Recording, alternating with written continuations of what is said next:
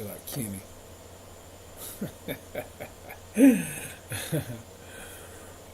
Oh, Lord. What's up, Eric? How are you, my friend? Good to see you, buddy.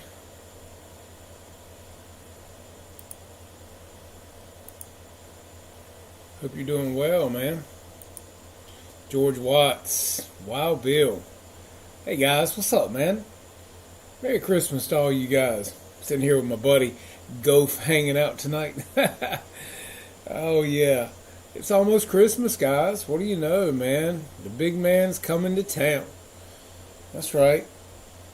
Hope all you guys got all your shopping done, all your gifts bought. If not, you're going to be running around in some bad traffic and some crowded places, man. I was out yesterday doing a few things, and wow, 12 o'clock, lunchtime. I don't think nobody works because everywhere I went was packed and crowded, guys. I mean, you couldn't hardly move, couldn't find nowhere to park. It was just crazy. I mean, I even told my son, I said, man, does anybody work anymore? I mean, even the parking lots, there's nowhere to park. And this was at 1 o'clock, and the college is out here. Kids are gone home. School's out. I don't know, man. It's just like, wow, I've never seen it that hectic and crazy on a Monday, almost a week before Christmas. So, yeah, pretty crazy. Yeah, Wild Bill, I'm telling you, man, it is a madhouse. Traffic was terrible. It's actually been raining here this afternoon, so that makes it even worse. What's up, Mr. Paul Ballard? How are you? Mr. L.A. Jeff in Lower Alabama. How are you, my friend? Good to see you here tonight, man. So, guys, time she is a ticking. And, you know, that old Christmas clock is getting close. Hope you guys have got your stuff done, your plans made, your menu figured out. That's right, man. Hey, that's right. And look, my wife told me, George, she said, you can't be playing the song because if you do, you're going to get demonetized. I'm like, well, dang, I didn't even think about that. So, I'm all right. I guess I can hum a few bars, right? They can't do so much about that, I guess. But yeah, you know, guys, it's like I said, today is Tuesday. You only got a few more days, guys, to get it done and figure out what you're going to spend that money for. And if you haven't figured it out by now, you're going to have slim pickings, guys. And the shipping options, well, we all know some places are promising that you can get it before Christmas. I don't know if I'd depend on all that, especially if it's the U.S. Postal Service. That might not go too good for you. Hey, Mr. Great Scott, what's up, buddy? How you doing tonight? Thank you for coming by, man. I appreciate you guys sharing your evening with me tonight. Especially this close to Christmas when I know you guys got stuff to do. Frankie RC, what's up, man? How are you? You know, it's really nice if you guys want to hang out with me here. I'm sure you got lots of other things you could do, but I'm just having fun. Not a whole lot going on this week, guys. I mean, everything's kind of coming to a slow halt as far as, you know, what's going on in the RC world, as we all know. Still the big talk that's going on is the big, what is it, the P65 or the private jet Motion RCs come out with. Guys, those are awesome jets. Anywhere you buy from, I think you're going to be happy. I'm definitely getting one. Not going to say where right now, but I'm definitely going to have one and going to do a custom scheme. I'm actually talking with a company here in my hometown that they have a corporate jet, and they've reached out to me. We're talking about possibly doing the scheme on my jet to look like their corporate jet, which will be pretty exciting. They're a pretty big company. So yeah, so that's going to be pretty good. I'm looking forward to that, and I think we're going to make it happen. And guys, I hope you saw my Instagram post and my Facebook post from yesterday. My son and I, we rang the bell for the Salvation Army for his lacrosse high school team. They do it every year, and they get the team members together. And I just wanted to do it with my son because normally they pair a couple of the guys together, and I don't know. I just want to do it with my son. And I'm gonna tell you something, guys. There's a lot of good people out there. People were very excited to help out. They were very thankful to my son and myself for standing there in the cold weather yesterday, because it was cold yesterday morning. Wind chill going on. But we were out there bundled up, ringing the bell, just having a good time, guys. He and I meeting some great people. We had several gentlemen walk up to us with military hats on. You could tell they were probably from the ships or the boats that they had served on. And they told my son and myself how thankful they were to us that we were willing to stand there, and what it meant to them that we were doing this. And, guys, like I said last week on the show, if you think about all the families that are, all across the country, but out in Kentucky and in the tornado-ravaged areas, guys, Tennessee, that right now are just trying to figure out what they're going to do, that have nothing. I was so happy just to stand there and ring that bell. I felt proud. I felt, I don't know, I felt special as I stood there and rung that bell, because, guys, we all know when disaster strikes in this country, the first people with boots on the ground are typically the Salvation Army and the Red Cross, guys, and they're the volunteers and the people that step up quickly to get in these areas and to help people, and to, just put clothing on their bodies, or to give them a warm meal. And, like I said, it was just really nice to stand out there and ring that bell yesterday, and to have people come up and tell my son and myself how thankful they were that we were willing to, weather the cold and do that, guys. And it does. It makes you feel something in your heart, especially this time of year. And I can honestly tell you, it's something that I will be doing more often, because we all are so blessed, guys. I mean, we buy our airplanes and our fun stuff, and there are people right now that can't even think about toys or anything for their children for Christmas right now, because they don't have a home, they don't have a toothbrush, and it's really sad. And I don't know, it just makes me feel good to know I got out there yesterday and I helped people. So yesterday afternoon, everywhere I went, because I had some running around to do, as I said, and everywhere I went yesterday where there were bell ringers and Salvation Army people, I put money in their kettles, because so many kind people yesterday came by and they put money in ours, and they were glad to do it. And it just really touched my heart to see the generosity and the kindness that people do have in this country, and how they appreciate their fellow man standing there and doing something kind for other people. So every time I saw a bell ringer yesterday, I walked up and I put money in their kettle, and I told them, I said, bless you for doing what you're doing, because I know how it made me feel earlier yesterday to have people say that to me. So, guys, if you can, volunteer, help out, give a little bit of your time.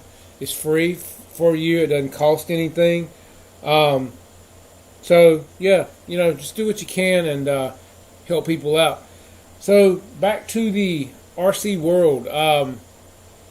Like I said, a lot of things have kind of slowed down in the last week as far as what's going on, other than the big corporate jet that we're all still drooling over and talking about and trying to get more information on. I'm really digging the X-Fly model, and I love Motion RC, guys. I take nothing from them. I think Motion RC is a phenomenal company. I love free wing jets. I have many of them. I love Flightline airplanes. I think Motion is a great company, and I've always had excellent customer service from them. And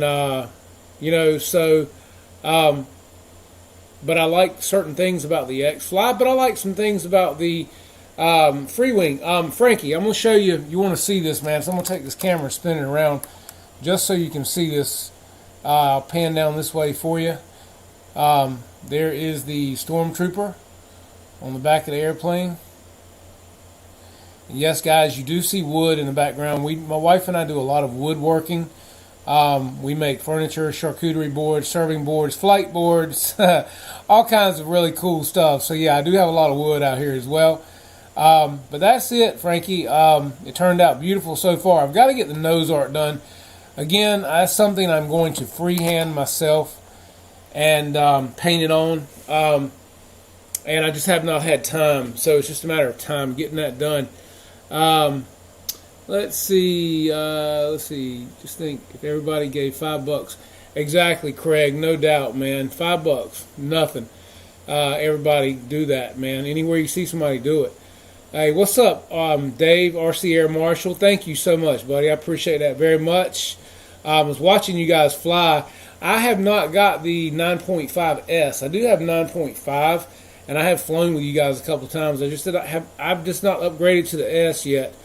Again, it's just a time thing between my business. This is one of the busiest times of year for me in my business. And my wife's business with like I said, the woodworking, our charcuterie boards, the things that we do, that's been crazy busy. So we're very blessed to stay busy.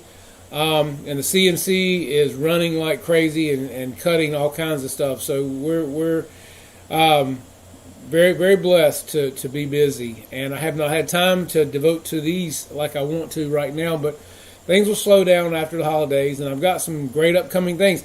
I've got to get this one right here. I want to do an official unboxing. You guys have seen me unbox it here on the channel, but as you all know, I always have something in the box, and I have something else in the box, but I can't tell you what that is yet. Wait for it. That's coming. Let's see. Yeah, I probably can, Dave. I know, like I said, I know I've played with you guys before with the 9.5. And had a good time. That was really cool watching you guys fly the other night. And that was a good show. Always a fun time there with the RC Air Marshal guys with the fly-in. So definitely tune into that on Monday nights. And, Marshall's doing some cool stuff on Friday nights as well, here and there. You never know when he's going to pop up on you. What's up, Jeff? How you doing, buddy? Hope you're doing well. Hope Bobby's doing well. That's my buddy Jeff, NC84, from right here in North Carolina. He's about an hour or so up the road from me. Hopefully we'll get together sometime soon, man, and hang out. Let's see, Jeff, somebody got to keep that. Dude, got that right, man. Always got to keep it up. I had to give the dog a good bath and a blow dry last night, Eric, so he could have good hair for Christmas, man. What are you talking about? Let's see. Okay, well, good to know, Michael. So you don't have to upgrade. All right, awesome. Yeah, I know if you do upgrade, you get some cool stuff like the F-14 and some other things like that, which, that would be cool to have. I wouldn't mind doing some stuff like that. Again, I haven't had time to really fly a RC, let alone fly on a simulator. So that's the thing. Between the weather, the wind, the rain, and then just being busy and holiday season, man, it's just been crazy. But again, we're blessed to stay busy. But yeah, I mean, guys, look, we're also blessed, and I appreciate all of you for being here and hanging out with me, and just talking about plane stuff, man. And we got Gopher here hanging out tonight too. I dig this dude, man. He's so cool. A buddy of mine wanted to buy him from me. I'm like, You can't find these just everywhere. Yeah, George, we've had some beautiful weather here, but on the days I'm off and can fly, it's either wind, crosswind, or rain. And it's been more wind than anything. Rain hasn't been too bad. Okay, so Marshall said don't get too bunched up about Steam. Steam is fantastic. Okay, yeah, cool. Good to know. Just do it, he says. Just get it done. Yeah, I need to do it, man. it's just like I said, it's just been time for me. I just have not had time to do but so much. I worked all day today, and like I said, tomorrow and Thursday I am crazy, and I will not be done until Thursday evening, and then I will have my holiday season. Then I go back to work the following Tuesday and work through New Year's on Thursday, and then I'm off again for a few days. So everybody wants to look good around the holidays, man. And fortunately, it is a blessing because I love all my clients and they love me and my family, and we're very lucky there too. I've got some awesome clients that bring us in some great gifts and food and things like that. Yeah, JCB, I watched Caddyshack the other night too, man. I couldn't help it. It was on. It was awesome. Such a good movie. It's just a cult classic, man. If you guys have never seen Caddyshack, you got to watch it. That's kind of like Napoleon Dynamite. If you guys have never watched Napoleon Dynamite, it's goofy, but it's goofy funny. You got to check it out. Just kick back, watch it, and I'm telling you, the more you watch it, the funnier it gets. And I'll tell you another great movie is Airplane and Airplane 2. If you guys have never seen Airplane, the movie, do yourself a favor, because if you like flying, you got to watch Airplane. There's so many just funny things in there that they say over and over, and yeah, I couldn't tell you how many times I've watched Airplane and Airplane 2, and they're great. So vote for Pedro, definitely. Yes. So RC Air Marshal has watched, yes, Napoleon Dynamite. So Tina, eat your ham. Oh man, if you don't watch it, you don't know what I'm talking about when I say Tina, eat your ham. Oh man. Let's see. Sitting there reading the chat, guys. Yeah, Jeff, I'm telling you, man, it's been cold and windy here, and it's actually been kind of rainy here this afternoon. But you know what, guys? We are very blessed because Christmas Eve and Christmas Day, and I think even Sunday here in North Carolina, it's supposed to be in the upper 60s, almost 70 degrees, no rain. I'm telling you, man, I'll take it all day. I hate being cold, guys. And, I can't stand it. I could live somewhere where it was 85 degrees year-round, like Panama, no season change. I could care less if I ever saw a season change. Give me 85 year-round, and I'm happy. Y'all know the commercial on TV for Corona that has the guy with the little shack, and he lights up the palm tree, and he's whistling, "Oh, Christmas tree, oh, Christmas." Yeah, that's what I'm talking about, guys. Flip-flop shorts, Christmas, palm trees. We actually have palm trees all around our house. So I love some palm trees, guys, and I'm just telling you. I was sitting outside last Saturday night. My son had to get together with a few of his friends here. Had a fire going out in the pit. It was about 70 degrees last Saturday night, guys. It felt wonderful. But Sunday, cold front came in about 20 minutes, the temperature dropped about 25 degrees. I'm talking it happened fast. And it's been kind of like that ever since, kind of cold. But like I said, in the next few days, it's supposed to warm back up into almost the 70s. Hey, cheers. I'll take it all day long. So, let's see. Let's see, Jeff in Lower Alabama said it's supposed to warm up here too. Yeah. And look, guys, hey, another bright note of today. It's the shortest day of the year, which means after today, guys, the days start getting longer. So there's another bright note in case any of you didn't know that. Now you know. So as of today, once tomorrow gets here, the days start getting longer. So we're back on the upswing, guys. So it's a good thing, and we'll get more flight time. Hey, couldn't ask for better. That's a good Christmas present in itself. More flight time, more daylight, guys. Let's see. Shadow said, "Don't come out." Yeah, buddy, I couldn't deal with Idaho, man. You can have that. I couldn't live in Michigan. I don't think there's anybody that could pay me enough money to live in Michigan, especially when it's that cold. Shadow said, "What is a palm tree?" Yeah, we've got a lot of pine trees here, Shadow, and a lot of oak trees, but palm trees can withstand here in North Carolina, and they're absolutely beautiful, and I love my palm trees all around my house because we have a pool, and it makes me feel like I'm in the Caribbean somewhere. So, yeah, I love my palm trees, man, but pine trees are a staple around here. Love the pines as well. What do they say, high as a Georgia pine? Well, we got high as North Carolina pines. Wild Bill says you got to start somewhere. That's right, buddy. No doubt. But yeah, so have you guys ordered the uh, the jet from Motion or XFly, Banana Hobby, BitGo? Have any of you guys ordered yet? Pre-ordered?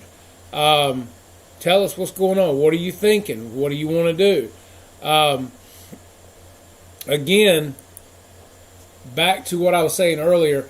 I love Motion RC. I love Freewing. I think they make an excellent quality product. I've never had a problem.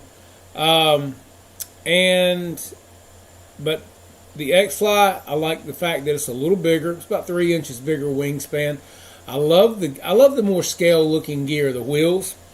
I will probably still put the wheel covers like these, the 3D printed that TCAT RC Creations prints up for me, like I have on my airliner sitting here. I'm sure I will put those on the jet as well. But yeah, I mean, I'm liking the X-Fly a little better, guys, as far as, like I said, size, scale wheels. Now, one thing I do like about the Freewing, but like I said last week, you can order these parts, and I would hope they'd be interchangeable. I won't know until you order them. I do like the chrome plastic rings that go around the intakes on the Freewing, and I do like the APU exhaust on the Freewing that's right underneath the nacelles. That is really cool. And I do know from looking at Motion's website, you can order those parts. So if I do go ahead and get the X-Fly, I will try to probably put those parts on the X-Fly because I really like those accents. I think the shiny chrome looks really good. And I also really like the APU pieces up underneath the nacelles. That just looks really scaled to me. What's up, Gooniac? How you doing, buddy? Thank you for coming tonight, man. So yeah, Motion put out a video actually this week of some great landings. I think that was James flying it. They look really nice, and it looked very scale. And again, I'm a big Freewing Motion RC fan. So James, if you're listening, don't take it personal, buddy. I love you guys' work. Here again, prime example, and they're hanging all over my garage. But I'm feeling like I'm more than likely going to get the X-Fly just due to the fact of size, and due to, well, Ray, everybody can't be as perfect as you, man. So, hey, we all strive to be as good as you. But no, I like the little bigger size. I like the scale landing gear. I like the scheme on it. Not that matters. The scheme for me is not a deal breaker in either direction, because I'm going to change that. So that's not a big deal. I'm going to be painting the airplane, period. So even though I will say I do like the scheme on the X-Fly better than the scheme on the one from Motion. I like the rivets around the windshield on the X-Fly. I wish Motion had have done that as well with the Freewing. Like I said, it's just personal preference. It's just a few things here and there. If I'm going to buy something, I do want to try to get as much size as I can. I will say this. I've never bought anything X-Fly, so I don't know what quality to expect. From the sources that I have, inside sources, I saw videos of this plane flying 3 or 4 weeks ago, guys. I saw it fly on grass. It flew incredibly well. I talked to the individual that flew it. I saw how it was set up. I saw how it was built. And I was very impressed by it. So, like I said, I don't know X-Fly quality. I do know Freewing quality. So I hope that if I go with the X-Fly, I will not be disappointed in the quality of that airplane. And we can all say, well, you may get this, you have to fix that, you have to fix this. Well, guys, we have stuff we have to fix on everything. I don't care what it is, from E-Flight to Motion. It don't matter where you get it. There's certain things we all have to deal with, and we all have to fly. Gear is a problem on any airplane. I don't care if it comes from Avios. I don't care if it comes from Freewing. I don't care if it comes from E-Flight. We all know gear tends to be an issue with most all of our airplanes. Everything else, not so much, but it's either weak nose gear, weak pins in the nose. The gear could be more substantial for that particular airplane. So, it all depends on, whether or not you want to have to work on something. So many people want to go buy something and never have to touch it and think they can just fly it and be done with it. Well, in a perfect world, that would be great. But in this hobby, guys, there's certain places that companies may skimp, but it doesn't mean that we can't fix it. It's just like Motion used to make the F-16 in the Arctic camo, the 70 millimeter, if you guys remember correctly, and you could order an upgraded gear for that airplane. Okay, well, why should we have to do that? The plane should come with the best gear possible. That's just my opinion. Any airplane should come with the best gear possible. That is what we are constantly beating up. That is what we are landing on. It doesn't matter if you're flying on grass. It doesn't matter if you're flying off of asphalt or geotech. Gear are important, and they need to be as robust and as nice as any manufacturer can put in there. Okay, so we say, well, we can put in the best gear, but then we're going to have to skimp on some servos, or we're going to have to skimp on this.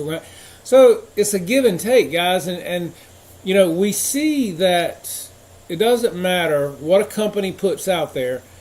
There's going to be people that are going to knock it down. There's going to be people that find the problem. There's going to be people that say, well, you should have done this or you should have done that.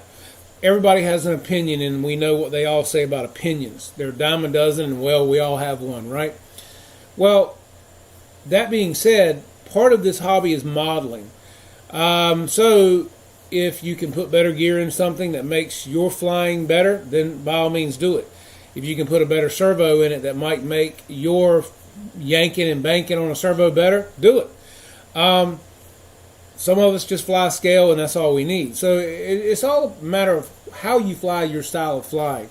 RC Air Marshal says, X-Fly makes great planes, and my understanding is BitGo is getting loads of repair parts for the J65 as well, so the part support will be there. Well, see, that's incredible.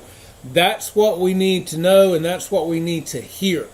Parts are everything, guys. It's one thing to buy an airplane, and we're not all perfect. The airplane's not always perfect. And if you can't buy a part for it and you got a beautiful airplane and it's grounded for weeks or months because you can't buy a part or you can't cross-reference that part with another airplane, then you got a problem. And that's not good for the company. Now, that being said, it's not always the company. We got COVID going on too, guys. So we got container ships sitting out there with stuff. So there's a lot of problems and a lot of things going on with this world right now that it could be all kinds of things. So you can't always get upset with the manufacturer if they can't get their stuff to land to hand them to you and to get them shipped to you. So, it is what it is there. Let's see here. Banana has stepped it up. Yeah, Banana Hobby is stepping up the game. They're selling some nice stuff.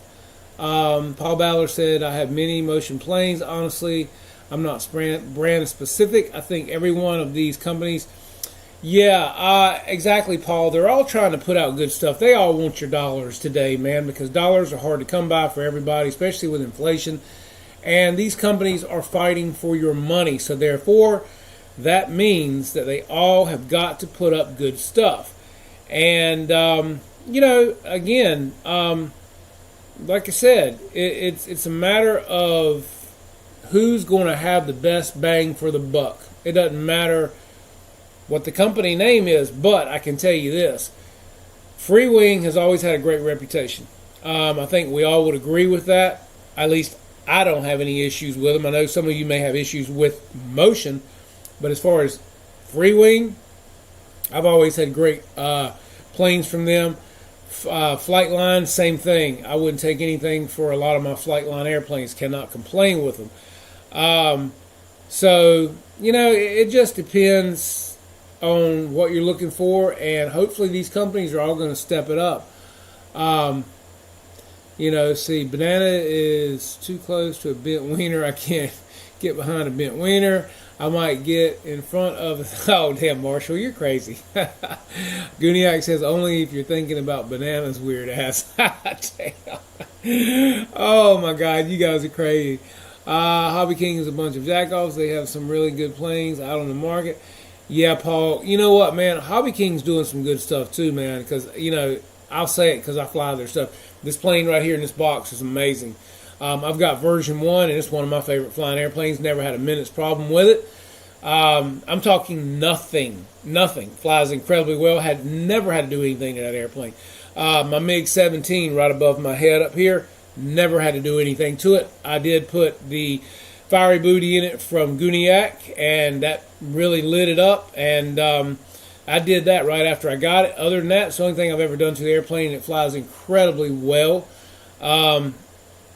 The Avios King Twin, again, another incredible airplane. The gear on it were a little weak, but again, hell, the gear on the E-flite F4 would collapse if you didn't land it perfectly well. Another big Achilles for an E-flite airplane. So you can sit here and nitpick any damn airplane you want to find, and we can all find fault. I've got the free wing F4. I've had to replace the tail servos in it. I've had to replace the nose pin in it. So what do you want? None of these companies are perfect, man, and we all want them to be perfect, but they're not going to be.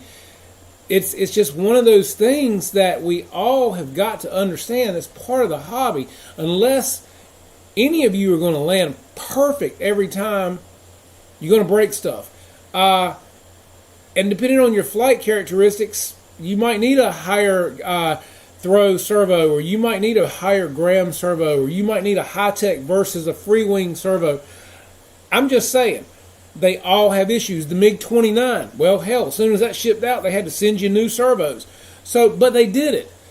And so that's part of the hobby, guys. You're not going to find an airplane out there that is 100% perfection in a phone plane. Now, I'm not going to say you can't build a balsa airplane, but you may still have issues from the manufacturer. You might get a faulty servo. You might get a bad motor or bad ESC. And the funny thing is, you won't know it until it's in the air possible. You can test and test and test, and all of a sudden something happens in the air and you're screwed, and that plane becomes a pack of matches. So I've seen it happen. I think we all have, especially if you fly enough, we've all seen it happen. Electronics, blame it on the electronics. It just is what it is, guys. But that's what, for some reason, we obviously keep coming back to this hobby, and we all love it, and we keep buying the stuff, and keep doing it and going. So there's something about it we must really like, and like I say, I'm not going to quit doing it just because I get a faulty gear or a faulty, not enough glue in the pocket to hold the gear, or a bad servo or whatever. I love this hobby, and I think we all do, or we wouldn't keep showing up for these shows. We wouldn't keep talking to each other. We wouldn't keep buying airplanes and keeping these companies and begging these companies to come out with different stuff. It is what it is, guys.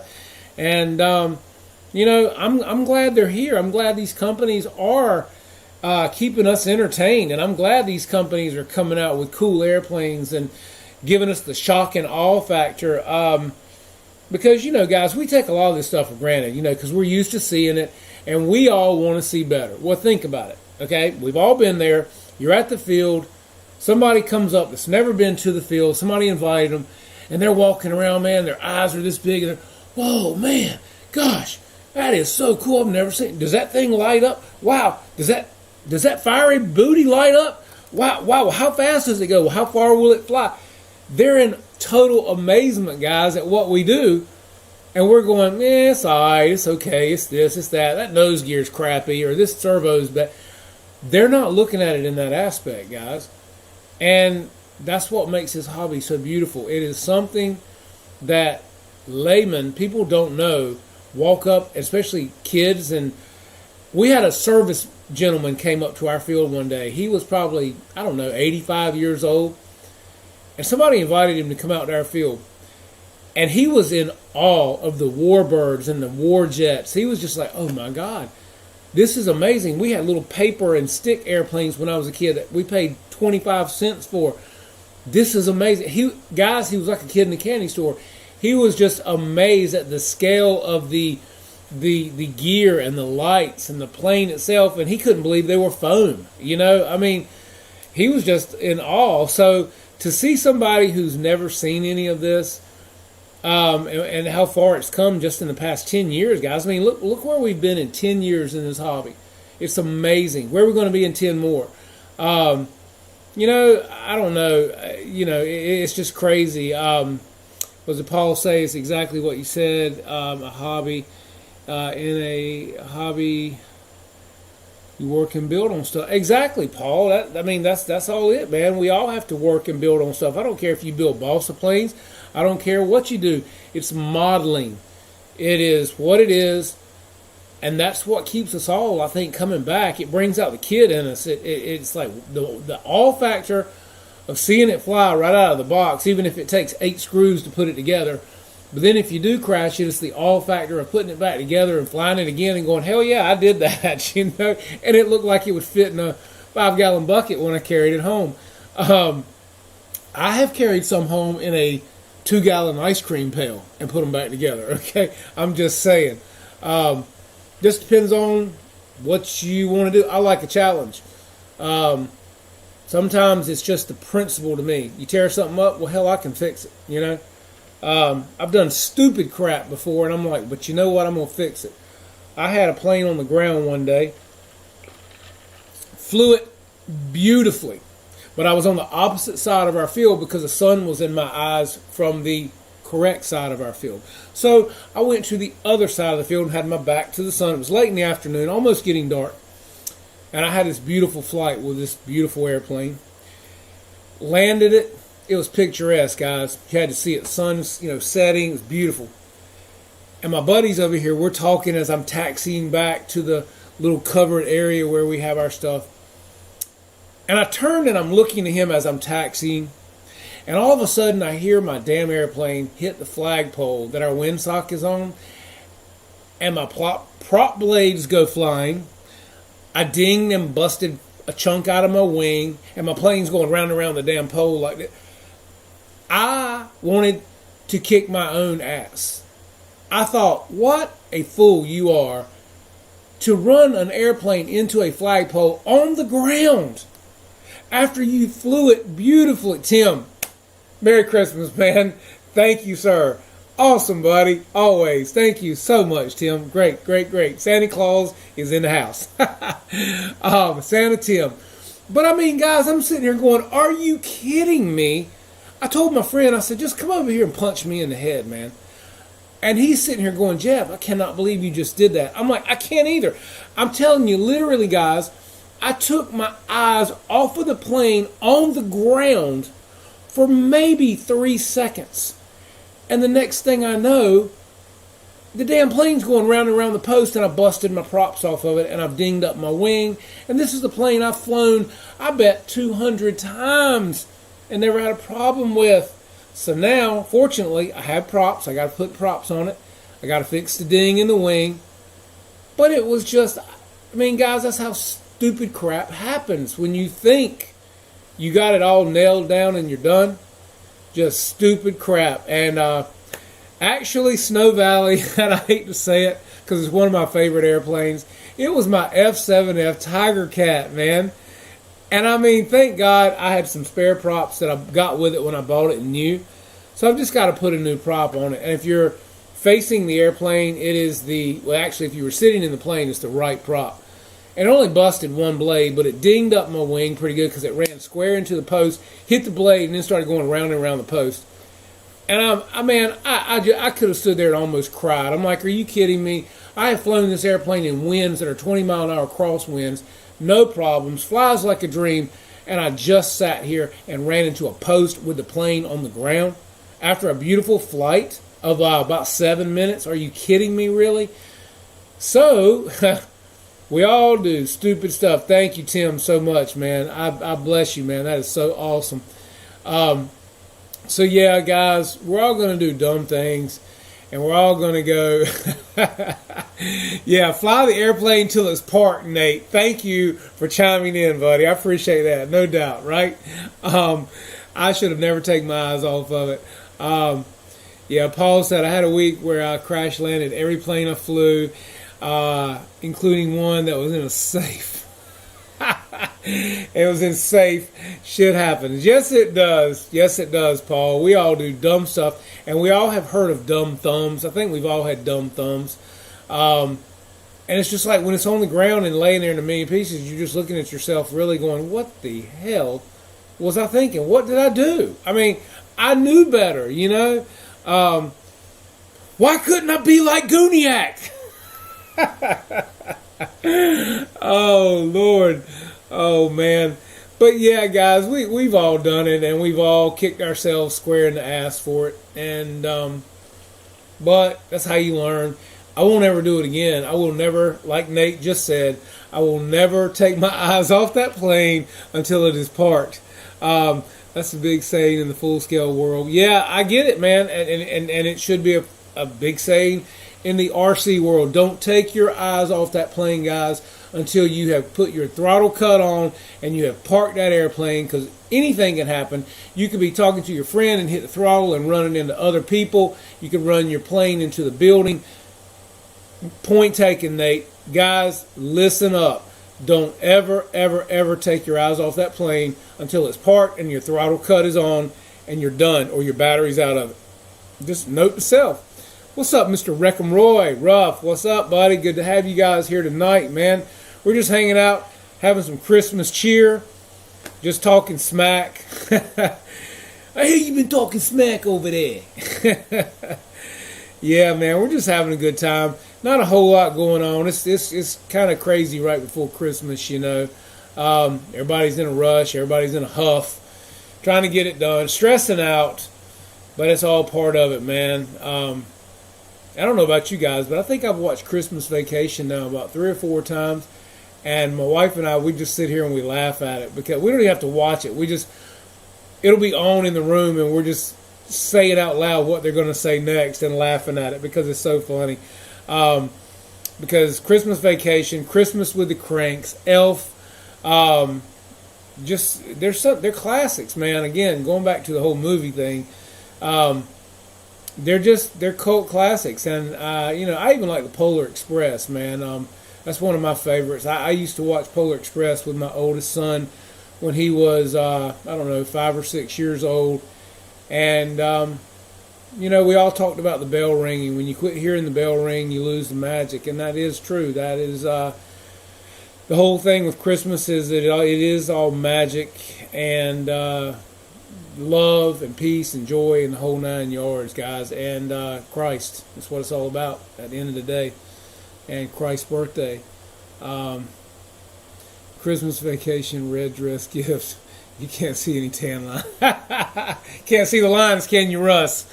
Did I say nipple? It's nipply. I mean, log. Do I have a log? No, I don't have a log. Woo, it's hot in here. Merry Christmas. Well, that's my name. No shit. Oh, Lord, 'tis the season. Oh, man, gosh, it's sad when you sit here and you can pretty much say the whole movie. You know what I mean? It means you've watched it one too many times. Oh, let's see. He says, shit happens when I have my eyes on the airplane. Yeah, true. Yes, it can happen when you got your eyes on it as well. Nate says, but I ordered the new ones, Ray, and I flew 10 minutes after. Okay, cool. Awesome.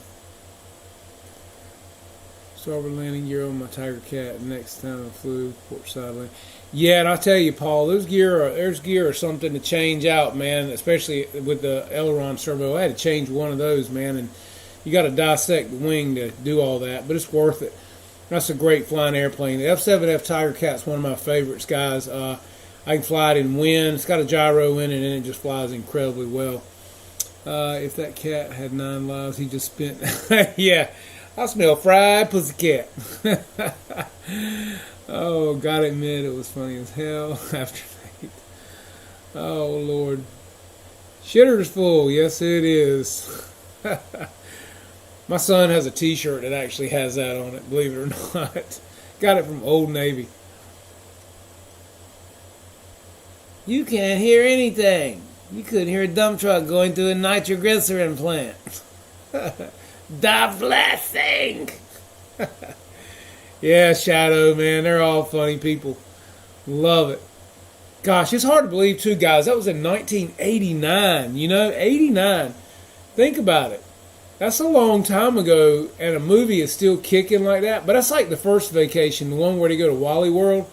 I watched that one the other day, too. You can't help it. I mean, it's so funny. Cat series of aircraft are incredible. I flew the Hawk again, flies fine with busted ass wing. Okay, good to know. Paul Bellis and the AS-36 in my tire cat. Yeah, I've got the Spectrum 6-channel in mine along with the AL3 gyro from Motion RC, and it flies like it's on rails, man. Squirrel! Yeah. That is one time when they haul a squirrel. It's so funny. I thought Eddie eats these damn things. Yes, Jesus is the reason for the season. That's right. Love, joy, and peace. See you, Great Scott. Thank you for coming by, man. I appreciate it, buddy. Enjoyed you being here, as always. You guys have a safe holiday. I won't see you anymore until after Christmas. We'll be here next Tuesday night. See what you guys got for Christmas. I hope you guys got some cool stuff, man.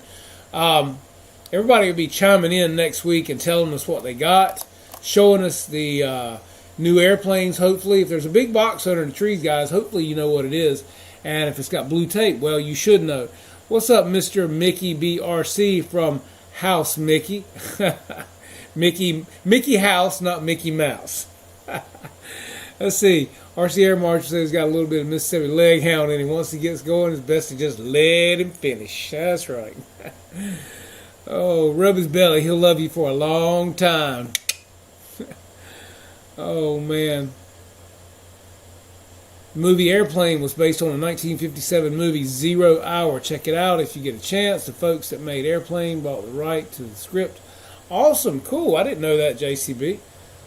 Good to know, man. Sir Jeff of Castle Custom. I hear you, Mickey. Oh, hope you're doing well down under, man. Is it, let's see, what season are you guys in there? Is it summer there? Are you guys, is it warm down there? Or is it normally warm at Christmas? What you guys got going on? Thank you, Ruff. I appreciate it, buddy. I've been seeing your stuff lately on Facebook and Instagram. Funny stuff, man.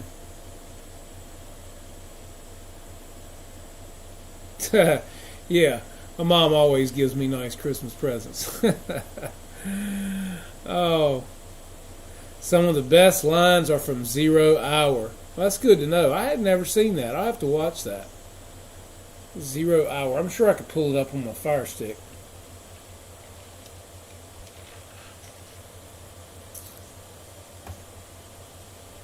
Let's see. I feel like Kenny now. It's like, hey, but at least I have lights. At least you guys can see me.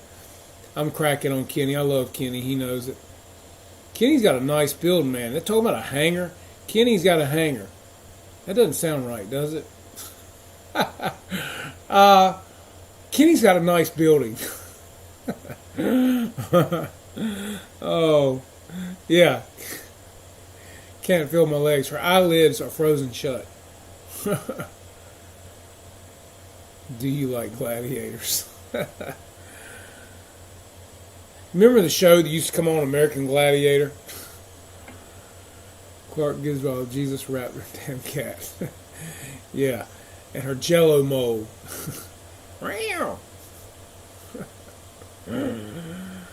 That's lime Jello. Dang. Okay, so let's see. Yeah, Shadow says it's 42 there today, 35 tomorrow. Yeah, Shadow, you had snow on the ground the other day, man. I'm glad I'm not where you're at. I couldn't stand it, buddy. Colder than a witch's movie. So what are your temps, Mickey? Are you in the summer mode now, or what season are you in, man? Kenny-O-Vision, yes. Only Kenny-O-Vision. Midgets and strippers. Midget strippers.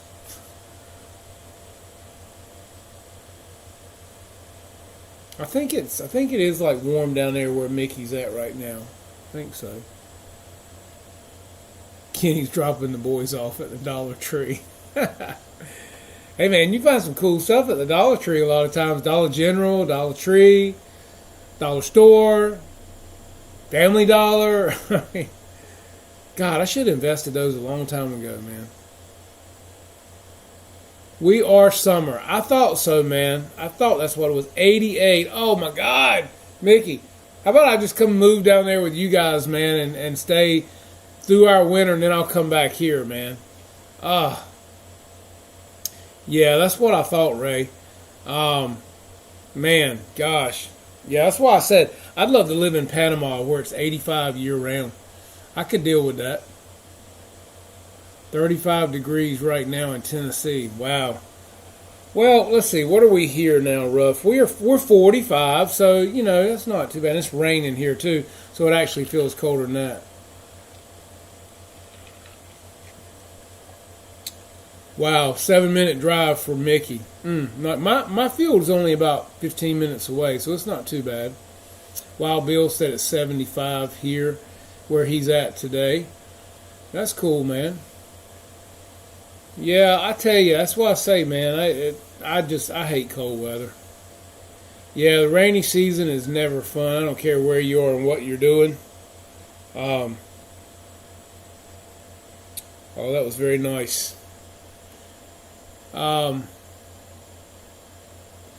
59 at the moment. Well, that's not bad. That's a nice evening outside. Cause see, let's see, it's 6:30 where Wild Bill is, because he's 3 hours behind us. So yeah, 60 degrees. I could live with that.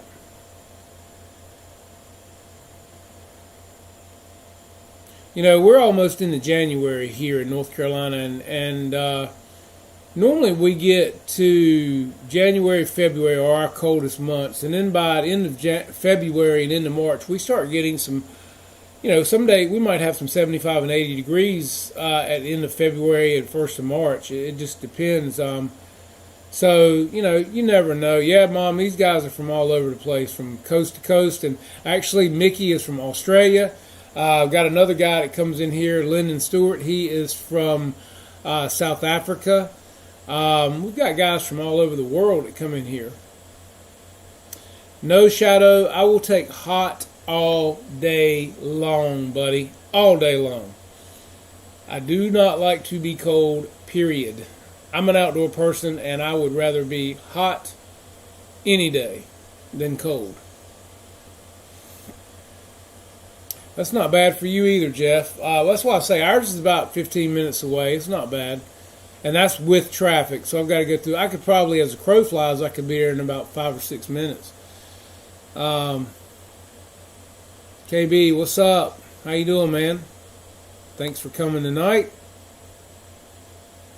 Yeah, still wearing shorts here, even with the snow flying. Buddy, I can't wear it. I'm cold-natured. I can't do it. I can't do it. Yeah, same way, George. All day. Take it all day.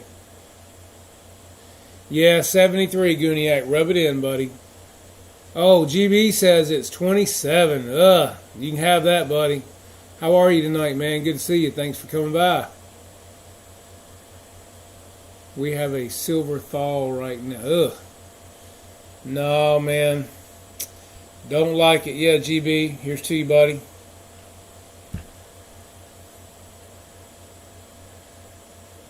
Uniac says it's raining right now and in the 40s. Well, yeah, that's a little cool there for you. That's actually 45 here, Guniac. So 33 in Ohio. We get a cold couple of months. Well, see, Ray, that's kind of the way it is here too. January and February are our coldest months. And once we get through those, you know, it starts to warm up by the end of February, March. And then into April, Easter, things like that, we have pretty good weather. We can still have some cool nights. But after that, it's pretty smooth sailing. So I don't mind a couple of cold months. I don't like it, but I can deal with it.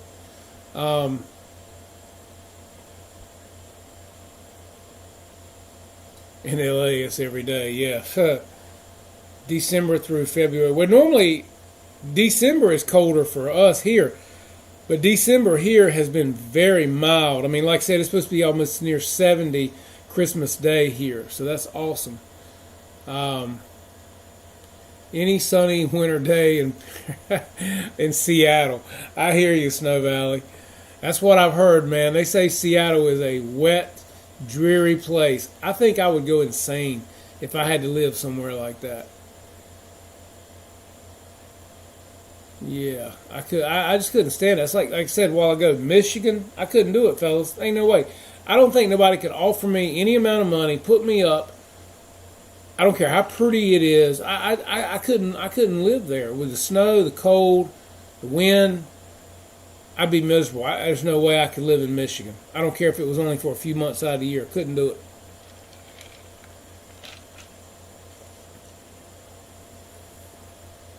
Yeah, Virginia Beach. Yep. Yeah, that's right. Virginia Beach. It's a little colder. You're a little further north up than we are.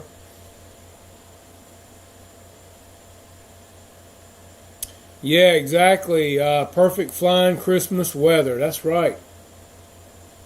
Very, very true.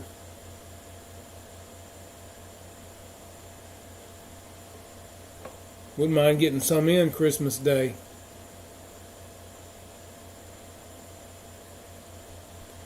130 on the flight line. Yeah, well, maybe that's why you don't like hot weather. But you were also in Iraq. um, I've never seen it 130 here. I think the hottest we've ever had it in North Carolina.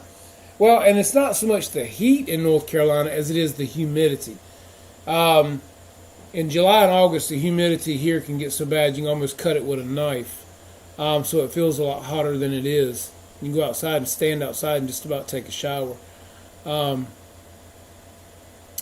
I flew 6 planes today, 37 degrees and cloudy. Man, I've been out there where I've had to put my batteries in a electric warmer to keep them at a good temperature. Another thing, guys, if you do fly somewhere it's cold, get you some of the hand warmers like you can put in your pockets that you can buy in packages. And if you have the metal battery boxes or anything, put those in your boxes around your batteries, and they'll keep your batteries at a better temperature for you when you're at the field. Also, we use a heating pad. Some of us use an electric throw blanket laid on the table, and we put our batteries in it, and we all wrap our batteries in the throw blanket to keep them warmer. Another thing that I have that I like when it's really cold here, I have the gloves that the fingers fold back so you can actually, and the thumbs fold back so you can use your thumbs and fingers, and when you get done flying you can put them back on and your fingers and thumbs are covered again. Carhartt makes a really good pair of those, which is what I like to use.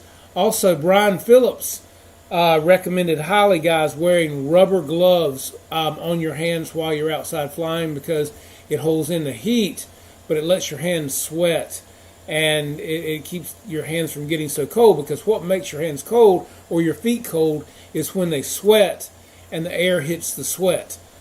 So it's like snow skiing. If you can keep your feet dry, you don't get as cold. So we used to put deodorant spray on our feet before we put our socks on because it keeps your feet from perspiring. And when your feet don't perspire in your boot, you don't have a tendency to get as cold. So spray deodorant on your hands, spray deodorant on your feet, put your socks on, put your gloves on, and I promise you, you'll stay warmer, guys. Believe it or not, it works.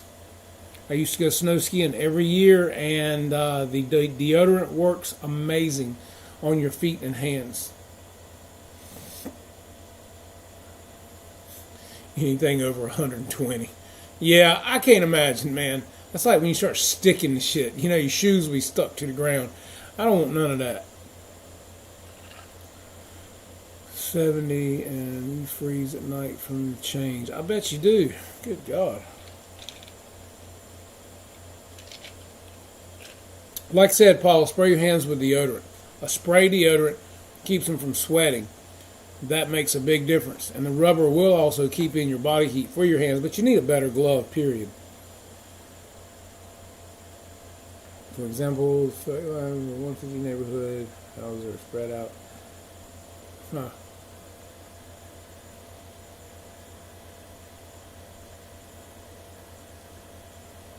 Let's see, closes in an hour.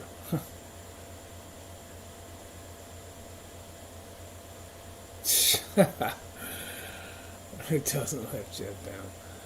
What's up? Hey, Paul McNeil.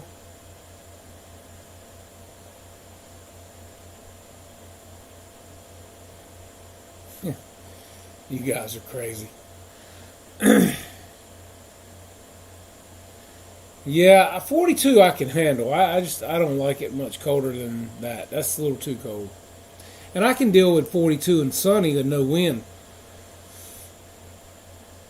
Hey, yes, Snow Valley, I'll agree. If you're sitting on a damn frozen pond and cutting a hole in it to fish, I got no part of that. I got no desire to sit in a hut with a heater on, bundled up, fishing in a hole. Not doing it, man. You're supposed to be warm on a boat out in the summer when you're fishing, man. I'm sorry. That's just how it works. Dennis Farley, what's up, buddy? Here's to you, man. Boom. Thank you for coming by.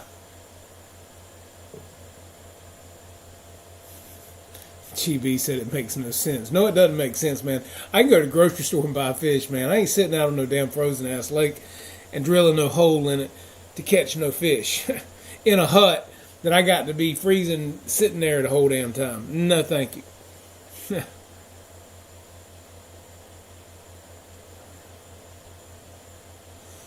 I'm sitting here reading the chat, guys. Warm on a boat in summer and drinking. Yes, Mickey. Amen. There you go. Yes, and hit the like button, guys. Thumbs it up if you're having fun. If you like what you're seeing, hit that like button. GB said, I eat land animals. I hear you, man.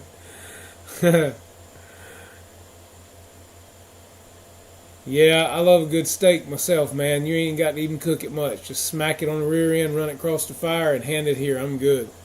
Knock the horns off of it and wipe its butt, as they say.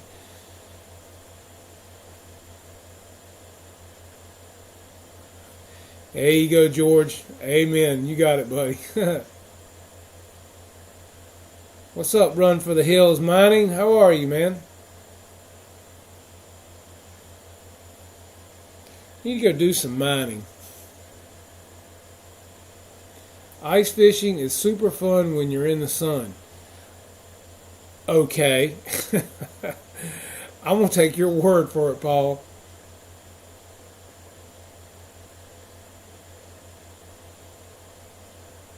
Yeah, Dennis, that's what I'm talking about. If it walks, crawls, flies, swims, I'm eating it. I feel you, man.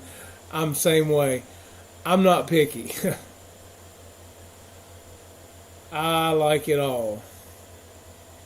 And I do like it if it swims. I mean, I love some seafood, man.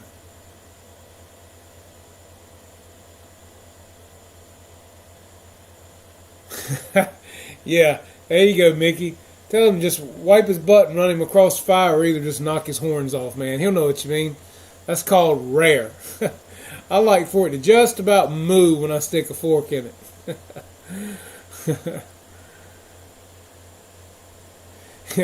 Jeff said, I like ice fishing in a cooler for a cold drink. That's what I'm talking about, man. Yes, that's exactly right. Snow Valley said, I like it if it fits in a shell. Hey, man, same here, buddy. Jeff said we'll have to do some, Paul said we'll have to do some ice fishing together. That's right. I hear you, GB. I tell you, man, I like sushi. I like sashimi. I like a rare steak. Yeah, I don't want a steak cooked till it tastes like shoe leather. When the ends of it start curling up, nah.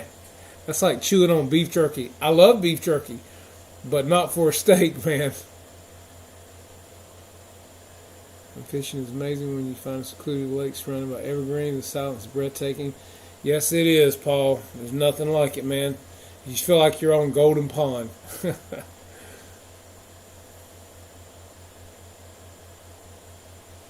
It's kind of like when Richard Pryor said at the time, you guys ever been in the woods and it's real quiet? You ever notice when you're in the woods and it's real quiet?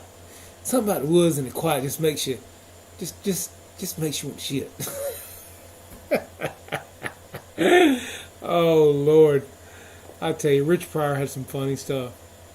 I'm going. He say, if I'm going to eat out of a hole, it better be cold. Yeah, no kidding, Dennis. 25 pounds. Yeah, I tell you what, man. The price of steak isn't crazy.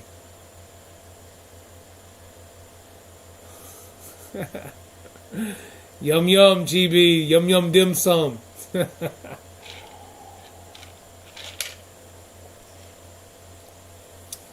Let's see, most people don't drink and have a steak well done. If everything is to say barbecue is we have vegetarian options, you can piss off. Exactly. That's right. I don't.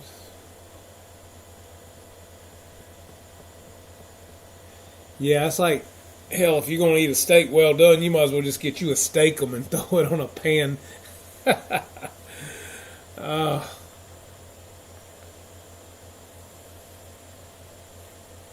See you later, Mom. Have a good night. Love you.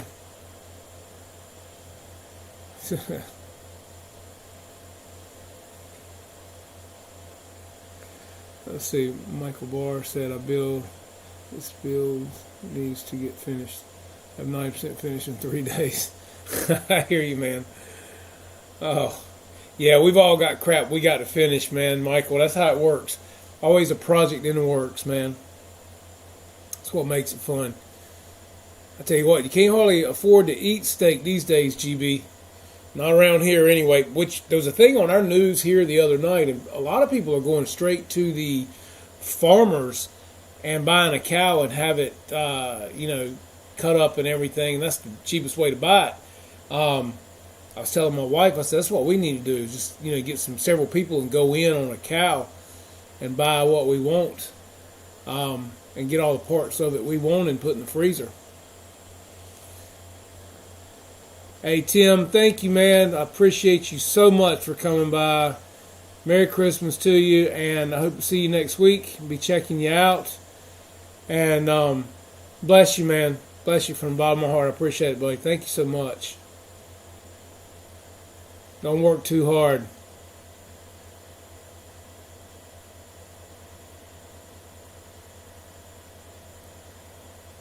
Yeah, Roy, prime rib, man. Ain't nothing like some prime rib. Love it, love it, love it.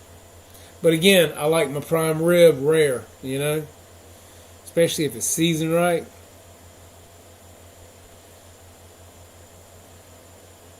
There you go, GB. That's what I'm talking about, man. And it's fresh then. That's what you call on the hoof. It doesn't take as many people as you think.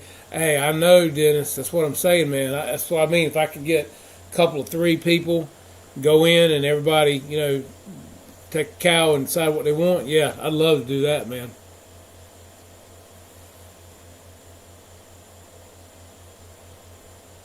I always get eggs and tamales Mexican breakfast. I hear you. That sounds good. Yep, that's right. 450 pounds, that's it. Hey, Ruff, Merry Christmas, man. Thank you so much, buddy. I appreciate that so very much. It means a lot to me, man. It really does. Very nice of you guys to be given to my little old channel right here at the holidays, man. It means a lot.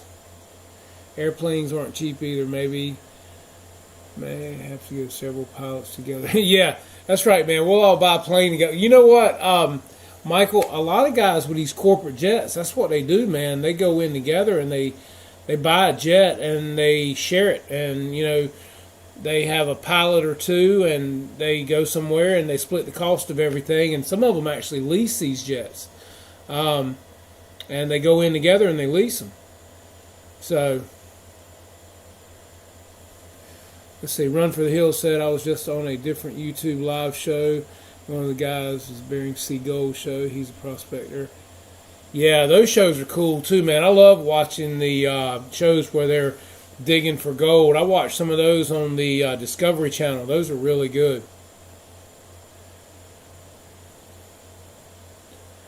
Huh, never had bison, man. I'm not a big deer meat eater. It's a little gamey tasting. I don't care how it's really cooked. I've had it different ways, but it's still got a gamey. Now, I like deer jerky, but I've never cared for deer meat per se. I don't eat frog legs either. They're too creepy and ugly looking. I can't get past what a frog looks like. I like metal detecting, man. That's one of my hobbies too. I've got a really nice White's metal detector, a DX7 over there, and I love metal detecting for war relics and coins and things like that. I also do a lot of coin collecting. So, you know, that's something that's really fun. Go out, and we had a lot of Civil War activity around the area, so I love finding musket balls, 3-ring musket balls, pistol rounds, things like that, buckles, brass buckles. Several guys have found CS belt buckles in the area. So yeah, I love metal detecting with my metal detector, and again, that's one of those hobbies that, you know, if your detector is everything. You can get cheaper ones from Radio Shack, but if you're really going to get into the hobby, you want to get a good set of headphones so you can hear the really low tones, and you really want to get a nice detector for getting deeper in the ground and things like that. And I learned from all that.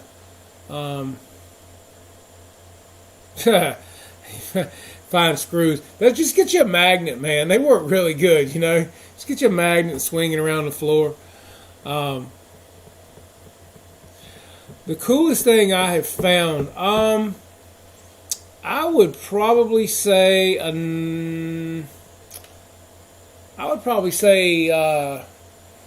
Civil War, a CSA dog tag. I found a CSA dog tag from 1866 in a location in a town near mine. It's about 30 minutes from here, where Confederate soldiers used to meet up before they were dispatched out into the field. And back in the day, they didn't call it a dog tag. They called it a Confederate ID disc. And it was a round copper disc, and they took individual stamps and popped each letter with an individual stamp.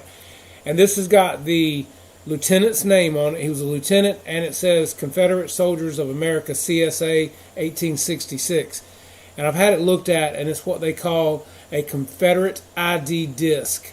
So yeah, I would say that's the coolest thing I've ever found. I've found, you know, money that dates back into the 1800s. I've found flying eagle cents. I've found buffalo nickels. I've found barber dimes. I have found mercury dimes. Mercury dimes were pretty abundant up until the Roosevelt dime. Found a lot of really cool stuff. You know, we find wheat pennies a lot of times. Depends on what we have our metal detectors set up for as to what we're looking for. If we're in a field, we're actually looking for, you know, certain things in a field. So what we're called is relic hunting. We're looking for lead, iron, metal. We're looking for brass. We're looking for all kinds of things. Or we can discriminate out to only lead with our detectors. So it just depends on what we're doing and where we're at and what we're looking for. Let's see. Would you like to show Tuesday Night Hangout? They were talking about Civil War bullets tonight. Yes, I've actually got a display, Run for the Hills. This is about probably 3 foot long by 2 foot wide with individual spots for different bullets in every spot. So you can imagine how many bullets are in this thing. I have some that are unfired from different Civil War pistols.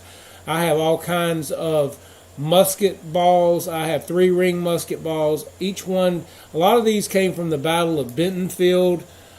Some of them came from another big battle that was around here. But each one tells a story, and they're all pretty interesting. So yeah, I love doing stuff like that. I love history. You know, I mean, even in your current change today, guys, I mean, your statehood quarters that have the different states on them, always look at them, because if there's a W where the mint mark is rather than a P, that means they were minted at West Point, which makes that quarter more valuable by far. And you hang on to them because they're going to only go up in value because not as many were minted there. Yeah, oh man, Mickey, please, I would love that, man. Are you kidding me? A lot of places that we would love to metal detect are off limits, especially if they're deemed historic parks or historic sites. There's a lot of war activity that went on around our coastline, around North Carolina coastline. Blackbeard was also a pirate to our coast. We had Civil War activity. We had all kinds of war activity, ironclad warships up and down the rivers around here. But a lot of your parks and things that were battlegrounds are now deemed historic, so therefore you cannot go on them and metal detect. But the fields around them you can, and that's a lot of times where we go, where we knew there were encampments and smaller, places set up, and you can do your history and find those things out. And it's just vacant fields that farmers till up and they farm, and when they cut down the crops and they till the fields and they flip the soil over, that's the best time to go out there. My metal detector will go about 2 foot in the ground, so I can get a pretty clear signal at about 2 feet. So it's pretty interesting. If you guys have never done it, it's a great hobby. It's a treasure hunt every time you go. You go days, sometimes you don't find anything, and sometimes you find a lot of things on one day. So every day is a thrill, every day is a treasure hunt. And there are all kinds of detectors. You can get waterproof detectors, so if you want to go in the water, a lot of people detect on beaches. It's okay. I'm not a big beach detector person because there's so much activity there, and a lot of stuff you're finding, if you find anything, it's not old. I like old stuff. I like to find old coins and old relics. That's what's most important to me. I don't dig anything with my detector unless it's below 4 to 5 inches. Other than that, if it's above 4 to 5 inches, I don't touch it. I want stuff that's deeper in the ground. The deeper in the ground it is, the older it is to me. That's just like one of my favorite shows that comes on TVs is The Curse of Oak Island. I don't know if any of you guys watch it, but I find it very intriguing, fascinating. I believe there's something there. I do believe there's something on that island, and I can't look away. As a matter of fact, it's on tonight, and when I get off of here, I'm going to go in and watch tonight's episode. I really love that show. I do believe there's something happened on that island at some point in time, especially when they're finding stuff that dates back to the 13th century, guys. Think about it. You're talking a long, long time ago. Something had to have gone on there. So, yeah, The Curse of Oak Island is a great show. There's a lot of history on that island off of Vancouver Island. So, yeah, I've been into metal detecting for numerous years, and it's a lot of fun. So if you ever wanted to get into something, or you want to do something with your kid or your grandkid, and it's fun, that's a treasure hunt all the time, get a metal detector. Get them into it. You're outside, you're exercising, you're walking. The best time of years to do metal detecting are during the fall, winter, and spring months. Other than that, the bugs are bad, so you don't want to be doing it. You don't want to do it in the summer months because you got to worry about snakes and things like that. So do it in the winter months, guys, in the late fall, early spring, because your fields are tilled. Your farmers really, if you know the people, they don't care. You can get around old pieces of property that you know some history on. It is a great hobby. You can get into it as inexpensively, or like airplanes, as expensively as you want to. Some metal detectors go up into several thousands of dollars. You can start out with a metal detector that only costs about $100 from Radio Shack or Best Buy or somewhere like that. So, this depends on what you want to do. It's just a cool hobby. You can get metal detectors that search for nothing but gold. A lot of people go out west and go to places where there used to be gold mines and things, and they look for nothing but gold with metal detectors. That's pretty cool. I can make my metal detector search for nothing but silver, gold, or as I said, lead. It depends on where I'm at and what I'm doing. So it's a great hobby, guys. You're getting exercise and you're outside, and every day is a treasure hunt. So, something you may enjoy. Get into it. Check it out and do your history. Learn the areas you're going to. Learn what happened there. Learn, you can, one way to date an area is a lot of times if you see a field and you see an old cemetery in the middle of that field, look at the headstones. Notice the dates on the headstones. I mean, we've seen headstones that date back to the early 1800s. Typically, if that field is there and there's an old cemetery in the center of that field, on the high point in that field, all around that cemetery there was activity. There were people walking to the funeral. There were people carrying coins in their pocket. They might have pulled out a handkerchief and dropped a coin. I have found several really old coins around cemeteries within, 100 feet of the actual inside of the cemetery. I don't go metal detecting on graves, but if you go around the cemetery, people stood around and they took things out of their pocket. They handed somebody a handkerchief. They dropped a coin on the ground. So, I've found dimes that go back to the late 1800s to the early 1900s. Silver dimes that are really cool, because a dime's a small thing, and if it falls on the ground in the grass or the dirt, well, most people aren't going to find it. So, just a lot of fun, guys. Really fun. Gold Monster 100 is only $900. Yeah, I mean, that's what I mean, Wild Bill. You can get into this. Run for the Hills. I have a White's DFX, and I love it. I'm looking at it right now, as a matter of fact. I've got a 12-inch coil on mine, totally digital. I have a set of really nice headphones, because that way the deeper an object is in the ground, the lower the tone, and the quieter the tone, so I can, if I have headphones on, I can hear the tones a lot better. And like I said, I don't look for stuff unless it's deep in the ground. And silver and things like that make a really good clear pitch. But if it's a small silver, it's a smaller sound. The bigger silver, like a silver dollar, it makes a bigger sound.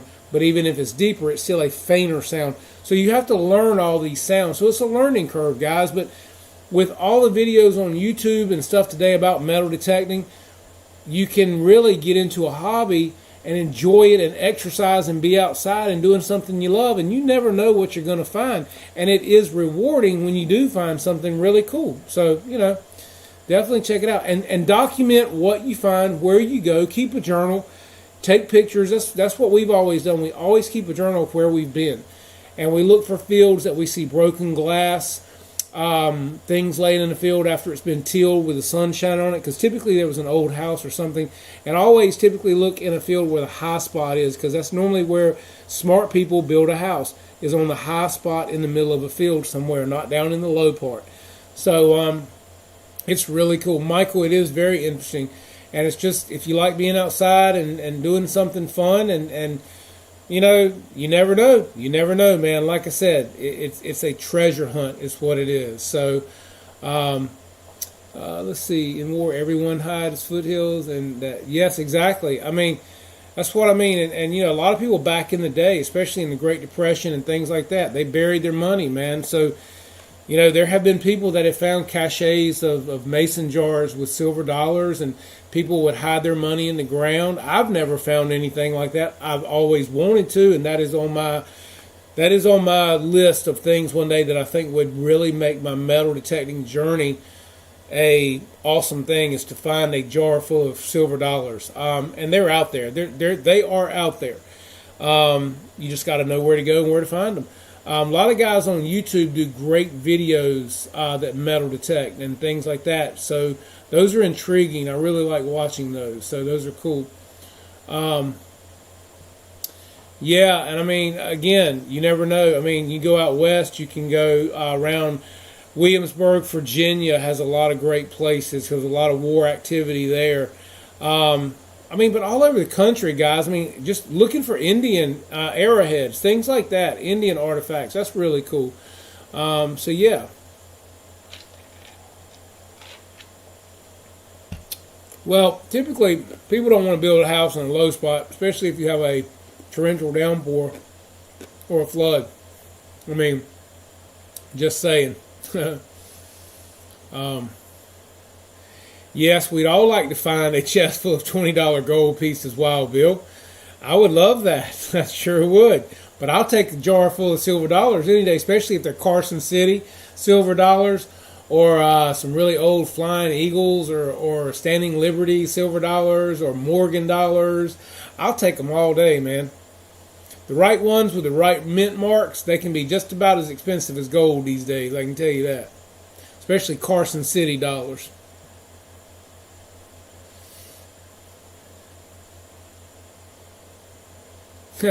Yeah. I like flying RC planes too, but I don't know if it's as relaxing as metal detecting, man, because the pucker factor for flying RC planes is a little more intense. It certainly is, but it is all good, man. Yeah, Wild Bill, that's right. Anything's a good find, man, and you never know, what they call a top pocket find, like on Oak Island. You never know, man, what you're going to find, and it's always a treasure hunt, and, what might be a find to you might be junk to somebody else, but at the end of the day, it's a piece of history, man, that if you didn't dig it up, nobody's ever going to find it typically. And it's just like a wow factor. It's like, man, this is in the ground and it would have laid there forever. This is really cool. 1860, that's awesome. That is awesome. Yeah, and we found a lot of military buttons, like the eagle buttons, the brass buttons that came off of military jackets and stuff here in North Carolina. That's really cool. Yeah, we found a lot of Indian arrowheads and things like that around here. Love the arrowheads. Especially from slate rock, things like that they chipped away the edges on. So yeah, it's all a lot of fun, guys. What's up, Captain Photon? How are you? Good to see you, man. Hope ho-ho's good to you. Not that ho-ho, Santa Claus. Yeah, you saw me in front of Home Depot. No, you saw me in front of Walgreens, man. That's where I was. Yeah. Yeah, I think magnet fishing would be cool too, Paul. I think, that would be an awesome thing to do too. I just wish gold would stick to a magnet, because gold, you think about the people that have lost gold in the rivers and the beaches and things like that on their arms, bracelets, necklaces, flipping a rod off a boat and the bracelet flies off or whatever. I would love to be able, I wish gold would stick to a magnet, man. That would be awesome. Yeah, I love it, man. Civil War stuff. I love Civil War stuff. It's just history, man. Never dispute the photon. Never. Never. Petrified elk antler. Oh, wow, cool. Ah, that's cool. Well, I'm near Bath, North Carolina, too, and Bath, North Carolina is also where Blackbeard was the home of Blackbeard, which was a very well-known pirate in these areas. A lot of history. You can research that. Blackbeard was very well known for his raiding ships and stealing their bounty and then hiding it. There's a lot of his treasure around this area. There's several legends actually near my house that says he buried some of his treasure on his grandmother's farm, which is about 2 miles from my house. But it's thousands of acres, so who knows where it could be. Farthest West Civil War battle. Huh. Farthest West Civil War battle. It's like Trivial Pursuit there, Wild Bill. I live in the farm fields east of the old Civil War, Cumberland, Mississippi. Okay.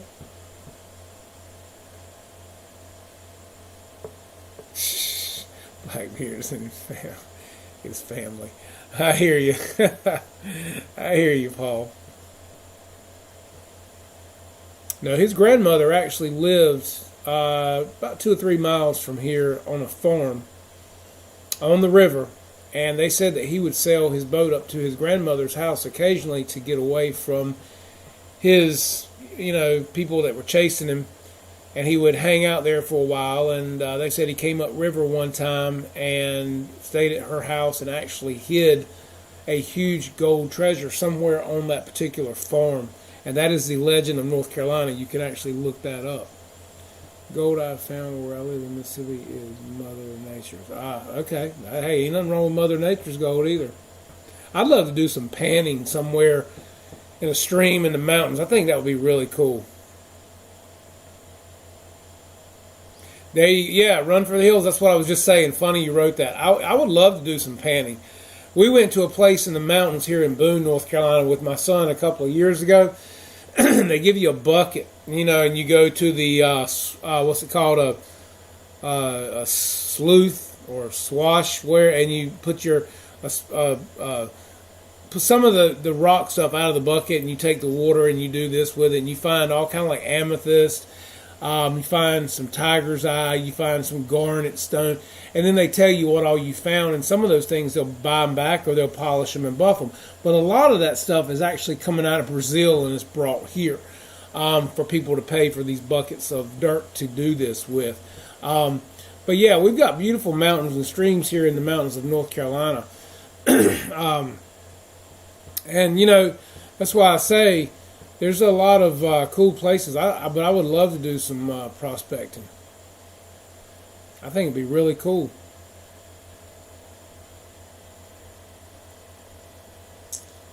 Photon, you were so damn funny.